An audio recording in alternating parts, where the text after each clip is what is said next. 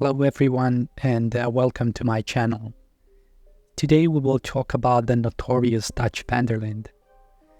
First of all, Dutch was a good speaker. One of those people that could persuade anyone into following their ideology, doing whatever they wanted them to do. He created this image of him being righteous, different than the other outlaws. A man who cared about his family, which was the gang. You know, one of those people that someone would die for, and then later understand how stupid they were for believing a word they said. He pretends that he cares for the gang the most, that everything he did for them. He justified all of the bad things he had done as something that was necessary, something that he had to do for the gang. But he actually always did it because he wanted to do things his way. First it was Valentine, then Rhodes, then Saint Denis, and Bronte. He would trick everyone into believing every word he said, because of his charisma, because of his emotional intelligence. One could understand why he would do it to strangers, but he would do it most often to the people he pretended he cared about. He would manipulate all of his gang members into believing all they did was for their own good, that it had to be that way. Arthur was manipulated the most, and yes, Arthur knew that he was being played all the time, but he had a sense of decency and loyalty, and that's why he almost never went against Dutch's orders, no matter how insane and nonsensical they were. Dutch was obviously slipping. It all started in Blackwater, and then he couldn't stop himself. He just kept on making mistakes, for his own good, because he felt thrilled by it all. He didn't care about the gang. He was just using them as puppets. He enjoyed hearing his own voice, as well as being in control, doing what he always wanted to do, despite of the proclaimed opposition by Hosea and Arthur. But we all knew who was in charge. Yes, they could protest, complain, but in the end they would always do what Dutch told them to do. He was playing them like a fiddle. He was a genius in manipulation. At the beginning they would really believe that they were different than some other gangs around them, that they wouldn't harm or kill unless it was necessary, but they did it all the time. Dutch was preaching, but he didn't follow his own philosophy. For example, in Rhodes he would first forbid anyone from using weapons or causing any conflict. However, eventually they would end up destroying the entire place, killing half of its population, destroying two of the biggest families that lived there for generations. There was no stopping him after he descended into madness.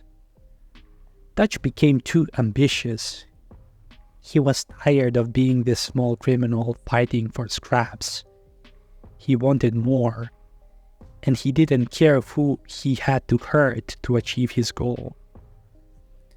The final nail in the coffin was his dispute with Bronte. That's when he completely descended into chaos.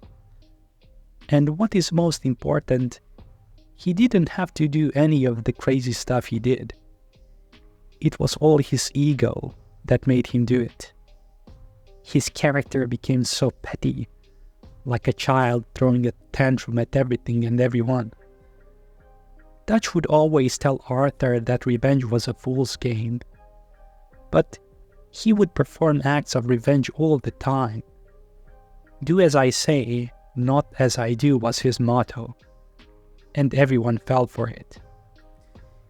There was a sense of self-importance within him. He would never think that he could get anything wrong.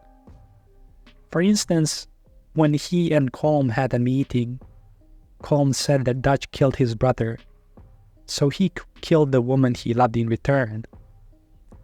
Dutch still didn't think he did anything wrong, and that Colm had no right to go after him or kill the woman he loved, as if it was his God-given right to kill anyone as he pleased without any consequences. Dutch never really cared about anyone other than himself. Arthur was a tool for him. He would use him and make him feel guilty at his whim. Arthur was often referred to as his son, but he was never shown any appreciation to support that claim. He was like a hired gunman for him, a useful socket wrench.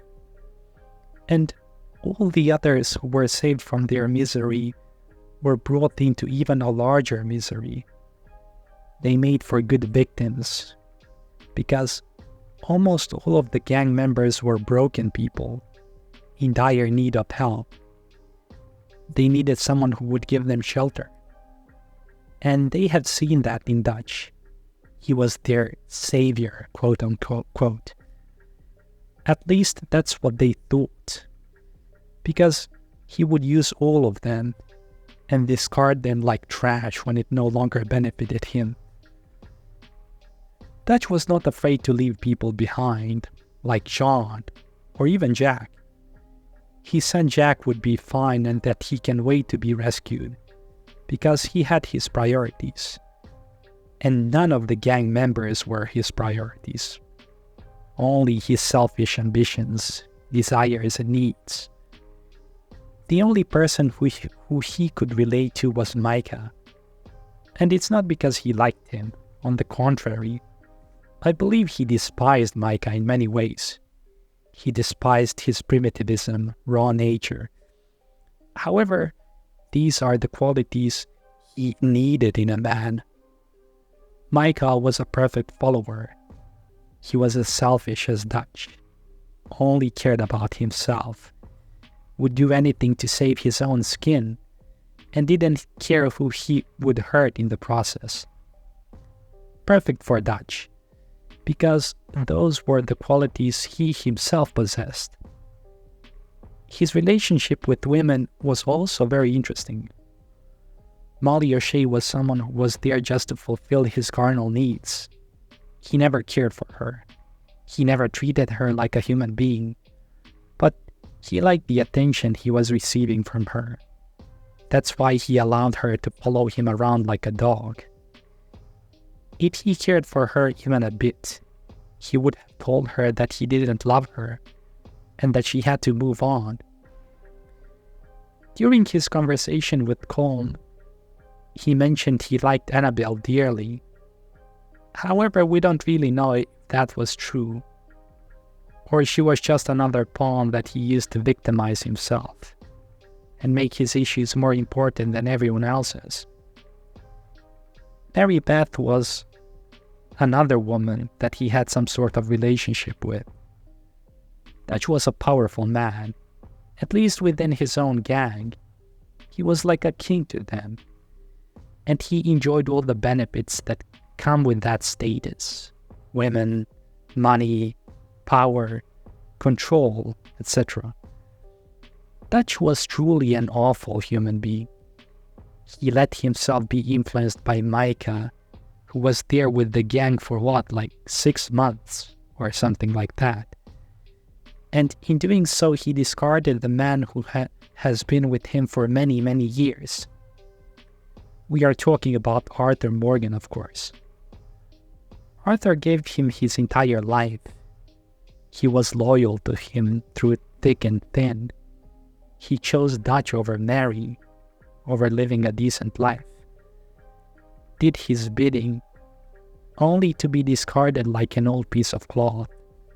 And for whom? For Micah, that scheming scoundrel. For that alone, he deserved all the bad things that would happen to him eventually. One needs to appreciate the ones who had been with them always, They are the real ones, the ones that should be cherished and preserved at all costs. In conclusion, Dutch van der Linde was another complex character that was manipulative, charismatic, charming at times. However, his biggest trait was that he was a psychopath who used his intelligence for evil and brought doom to many people who followed him and those who dared to stand against him. That's all for today. I hope you enjoyed. Like and subscribe for more, and I will see you next time. Take care.